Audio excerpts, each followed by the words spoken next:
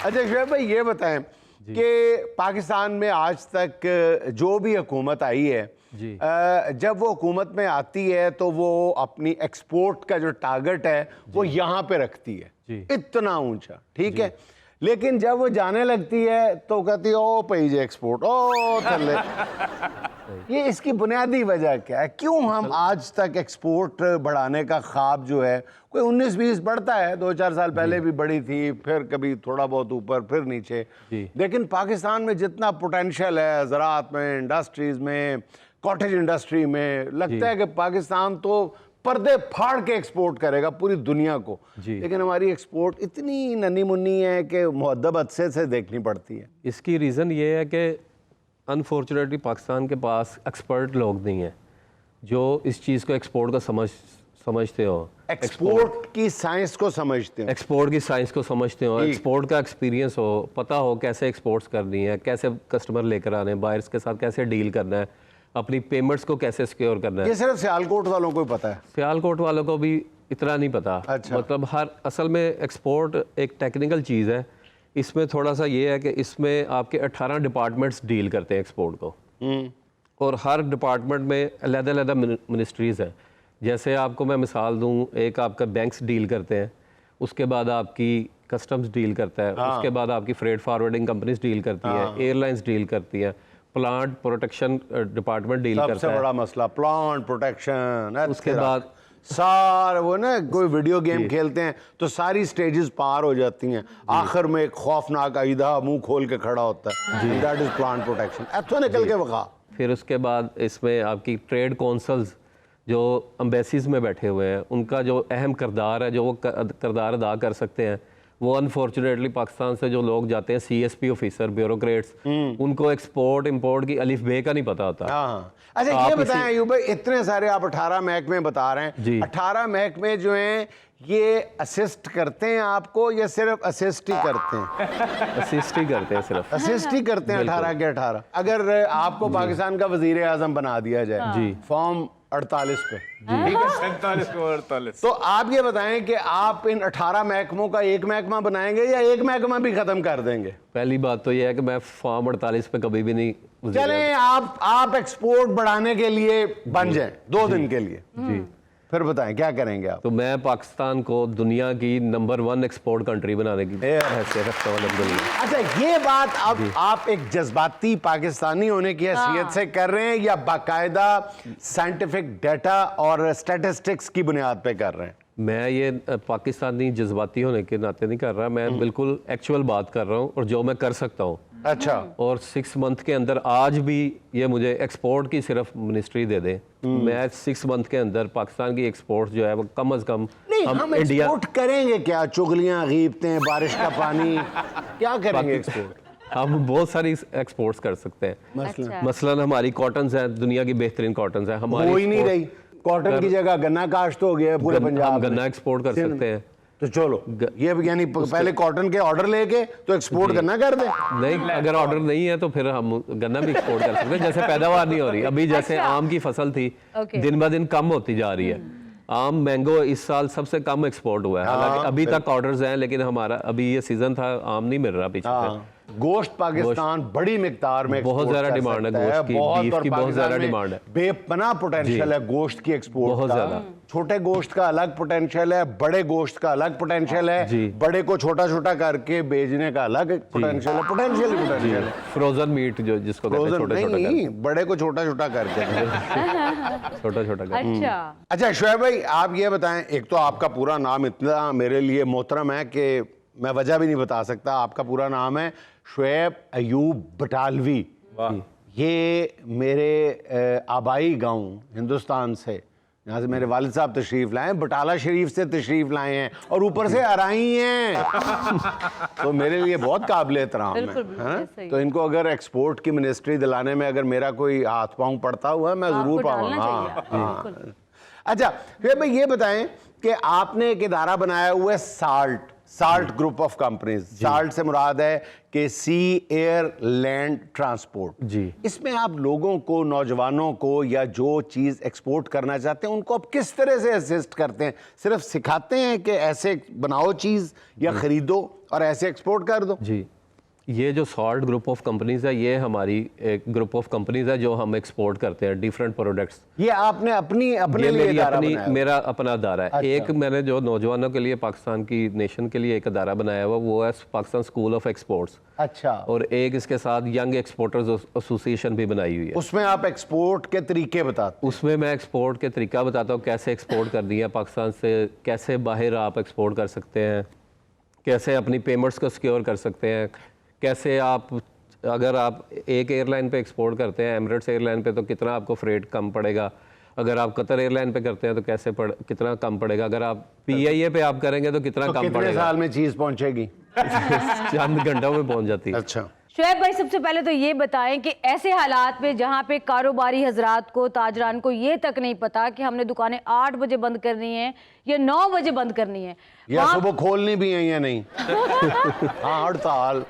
वहाँ पे कारोबार तो दूर की बात, एक्सपोर्ट पॉसिबल भी है? देखें, बिल्कुल भी ये हमारी गवर्नमेंट अनफॉर्चुनेटली ताजर बरादरी को इतना तंग कर रही है। अच्छा। जैसे दरोगा वाला इंडस्ट्रीज को नोटिस दे दिया कि आप जो है ना यहाँ से इंडस्ट्रीज मूव करें 40 डेज के अंदर या 60 डेज के अंदर। जो उन्होंने पिछले 60 साल में या 80 ईयर्स में, 100 ईयर्स में इंडस्ट्री एक्सटेंड की है। एक्सपोर्ट की प्रमोशन के लिए ये सब कुछ जरूरी होता है। हुकूमतों से पूछ के देखें, वो आपको इतने इतने लंबे लेक्चर्स देंगे कि दरोगे वाले को हमने क्यों बंद किया। जी, लेकिन वो एक्सपोर्ट की प्रमोशन के लिए बहुत जरूरी था। अच्छा, तो इसी तरह से अब आप एक्सपोर्ट, एक तरफ तो आप दरोगा वाला इंडस्ट्री बंद कर रहे हैं, दूसरी तरफ आप ताजर बरादरी को शॉप्स का कह रहे हैं आप बंद करें, तीसरी तरफ आप जो है वो जो ई कॉमर्स की एक्सपोर्ट्स हैं, छोटी छोटी इंडस्ट्री सियालकोट में, पंजाब के डिफरेंट सिटीज़ में लगी हुई है, वो बेचारे और रात को छोटी छोटी शॉप्स में उन्होंने अपनी जो है ई कॉमर्स की एक्सपोर्ट स्टार्ट की हुई है। उनकी रात 8 बजे के बाद जो है पुलिस आगे बंद करवा जाती है। अब क्योंकि फ्लाइट्स जो है सारा दिन वो सामान मैन्युफैक्चरिंग करते हैं, रात को पैक करते हैं, फ्लाइट्स रात के टाइम मोस्टली पाकिस्तान से ज्यादा। अच्छा, ये बताइएगा कि पाकिस्तान में बहुत सारे नौजवानों ने ये रास्ता तलाश किया है कि ये जो डिजिटल एक्सपोर्ट इंपोर्ट है ये शुरू कर दी हुई है जी, कि वो ऑनलाइन ऑर्डर लेते हैं और पार्सल के थ्रू वो भेज देते हैं। तो ये ज़्यादा सौखी एक्सपोर्ट नहीं है हमारे लिए? ये ज़्यादा सौखी तो है, लेकिन इसमें हमारा डबल नुकसान हो रहा है। क्यों? डबल नुकसान ये हो रहा है कि हमारा 90% जो ई कॉमर्स का एक्सपोर्टर है वो क्या कर रहा है कि वो यहाँ से पेमेंट्स जो पाकिस्तान की हैं वो चाइना भेज रहा है। चाइना से वो प्रोडक्ट्स बनवाता है क्योंकि यहाँ पे टैक्सीज इतने ज़्यादा है, यहाँ पे इलेक्ट्रिसिटी इतनी एक्सपेंसिव है, अदर एक्सपेंस इतने ज़्यादा है। जैसे ये लॉकडाउन की वजह से शाम 8 बजे ई कॉमर्स की एक्सपोर्ट्स को बंद कर रहे हैं, इसी रीज़न की वजह से वो सारे के सारे डिफरेंट कंट्रीज से प्रोडक्ट्स बनवा के बांग्लादेश से, चाइना से बाहर एक्सपोर्ट करते हैं। अच्छा भाई, एक और सवाल ज़हन में आता है कि बाज़ नौजवान जो हैं उनको बताया जाता है कि फ़लाँ चीज़ है, फ़लाँ फसल है, फ़लाँ प्रोडक्ट है, उसकी फ़लाँ मुल्क में बहुत ज़्यादा डिमांड है। वो कहता है कि चलो जी मैं उगाता हूँ, मैं बनाता हूँ, जी ठीक है, लेकिन वो इतनी छोटी क्वांटिटी, इतनी कम क्वांटिटी होती है कि वो कहता है कि फ़र्ज़ करो अगर क्यूबा में मेरी ये चीज़ जाएगी तो मैं ये 5 मन 10 मन उगा भी लूँगा तो कैसे भेजूँगा? तो कोई ऐसा बड़ा इदारा नहीं है जो कहे कि हाँ चलो यार ये एक्सपोर्ट प्रमोशन ब्यूरो वाले जो हैं ये क्या कर रहे हैं, इनसे पूछा नहीं जाना चाहिए कि आप छोटे एक्सपोर्टर्स को कैसे हेल्प आउट कर रहे हैं जो कम मिकदार में चीज़ बाहर भेजना चाह रहे हैं? इसका सोल्यूशन ये है कि वैसे तो ये काम टिडैब का, ट्रेड डेवलपमेंट अथॉरिटी का, मिनिस्ट्री ऑफ कॉमर्स का, ट्रेड काउंसिल्स का है, लेकिन ये इस पे हमने ये जो मैं स्कूल ऑफ एक्सपोर्ट लेकर आया हूँ, इसके साथ साथ मैं एक डेटाबेस कंपनी लेकर आया हूँ अमेरिका से। वो कंपनी क्या करती है, वो डाटा प्रोवाइड करती है। अच्छा। अगर आपने किसी भी प्रोडक्ट को एक्सपोर्ट करना है, मिसाल के तौर पे फ्लावर्स भी आप एक्सपोर्ट करना चाहते हैं यूके के लिए या यूएस के लिए या किसी भी कंट्री के लिए, वो आपको डाटा कुछ डॉलर लेंगे, वो आपको डाटा दे देंगे 1 साल का, और ऑथेंटिक डाटा होएगा, इंश्योरेंस भी उसकी साथ देंगे कि यानी दुनिया में इन चीजों की डिमांड मौजूद है। और अच्छा, ये यहाँ पे जरा ब्रेक लगाएं, लोगों को जरा, हमारे नौजवानों को समझाएं प्लीज कि ये वो चंद डॉलर, कितने डॉलर हैं जिसके एवज वो एक्सेस कर सकते हैं कि पूरी दुनिया में किन किन चीज़ों की कितनी कितनी डिमांड मौजूद है। हाँ। लास्ट हमने परचेज किया था उनसे $1500 का। अच्छा। वो गारमेंट्स की अगर मैं एक्सपोर्ट कर रहा हूँ तो वो गारमेंट्स का मुझे पूरे यूएस का डाटा दे देंगे, मिलियंस में वो डाटा होता है। ठीक है। और जेन्युइन डाटा 1 साल तक का, अगर आज मैंने परचेज किया तो कल भी किसी की इंपोर्ट हुई है यूएस में जेन्युइन, तो उसकी भी वो वेरिफिकेशन करके उस डाटा के साथ आती रहती है। तो वो आपको मिलियंस में मिले। तो एक्सपोर्ट में ये जो बड़े ग्रुप्स चल रहे हैं, निशात है, सफ़ायर है, ये बड़ी बड़ी इंडस्ट्रीज चल रही हैं, एसगार्ड 9 है, उसके बाद इंटरलूप है, इनमें इनके पास इसी वजह से ज़्यादा ऑर्डर्स होते हैं। इनके 1-2 कस्टमर चल रहे होते हैं। मेरे अपनी एक्सपोर्ट हो रही है, मेरे पास हज़ारों कस्टमर है, लेकिन मैं 1-2 को ही इंटरटेन कर पाता हूँ। तो एक कस्टमर भी जो है ना आपकी पीछे पूरी इंडस्ट्री चला रहा होता है। तो आपको मिलियंस का डाटा मिल जाए, मेरा नहीं ख्याल कि उसमें से आपको एक आधा कस्टमर ना मिले। पता नहीं शुएब भाई आपसे पूछना चाहिए या नहीं, झिझक भी रहा हूं मैं। सर मैं नस्वार एक्सपोर्ट करना चाहता हूँ, सबसे पहले मैं क्या करूं? सबसे पहले तो ये करें, आप ये ख्याल दिल से निकाल दें। अच्छा साहब, हमारे यहाँ लोग कारोबार शुरू करने से पहले ये कहते हैं जी पैसा कहाँ से आए, आप कहते हैं जी आइडिया लेके आए। अब आप हमें ये बताएं कि असल सरमाया सोच है या पैसा है? सोच है, आइडिया है। अच्छा, पैसा यूं तो करो ना, एक पाव सोच लेके आओ, 4 रोटियां मैं देता हूं, तुम सोच के साथ रोटी खा के दिखाओ। ऐसी बातें बनी हुई हैं। नहीं सर, कहते नहीं हैं नहीं, बाकी बातें नहीं बनी हुई। concept मैं आपके सामने बहुत बड़ी मिसाल हूँ। मेरे वालिद साहब एक मजदूर आदमी थे। अच्छा। मैंने कोई किसी लैंडलॉर्ड उससे नहीं हूँ। मेरे वालिद साहब मजदूर आदमी थे। मैंने 0 से स्टार्ट किया था। माशाल्लाह। 7th क्लास से स्ट्रगल करता आ रहा हूँ। आज अल्हम्दुलिल्लाह मेरी पाकिस्तान की बड़ी कंपनीज में नाम आता है मेरी कंपनीज का, और मैं पाकिस्तान के लिए एक अच्छा किरदार अदा कर रहा हूँ अल्हम्दुलिल्लाह।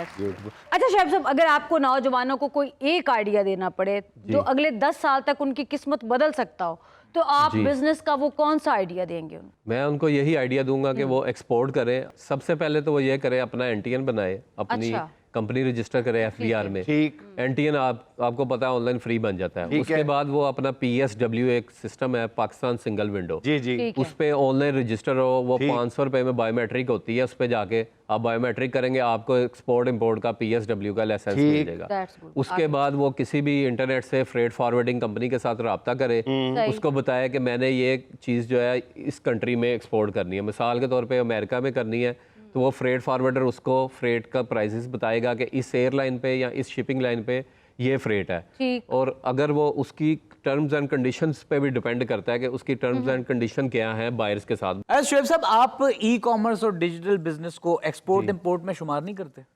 बिल्कुल करते हैं। दुनिया के 70% जो बिजनेस है ई कॉमर्स पे चल रहा है और डिजिटल बिजनेस चल रहा है आफ्टर कोविड। और इस बिजनेस का सबसे बड़ा वादा ये है कि इसको आबनाए हरमुज से नहीं गुजरना पड़ता। बिल्कुल सही बात की आपने, ये ऊपर से गुजर जाता है। अच्छा जी, सुहाना का सवाल 4 ऑप्शंस के साथ एक आपने सेलेक्ट करनी है। सवाल ये है कि अगर आपको नौजवानों की सोच में एक चीज़ हमेशा के लिए बदलने का इख्तियार मिल जाए तो वो क्या होगी? ये नहीं हो सकता वाला जुमला डिलीट कर देंगे, कल से स्टार्ट करूँगा ये सोच ख़त्म करेंगे, दूसरों की कामयाबी से जलने पर पाबंदी लगाएंगे, अब्बे के पैसों पर अय्याशी का कल्चर ख़त्म करेंगे। क्या करेंगे आप? ये नहीं हो सकता वाला कल्चर खत्म कर दें। हाँ। वाह।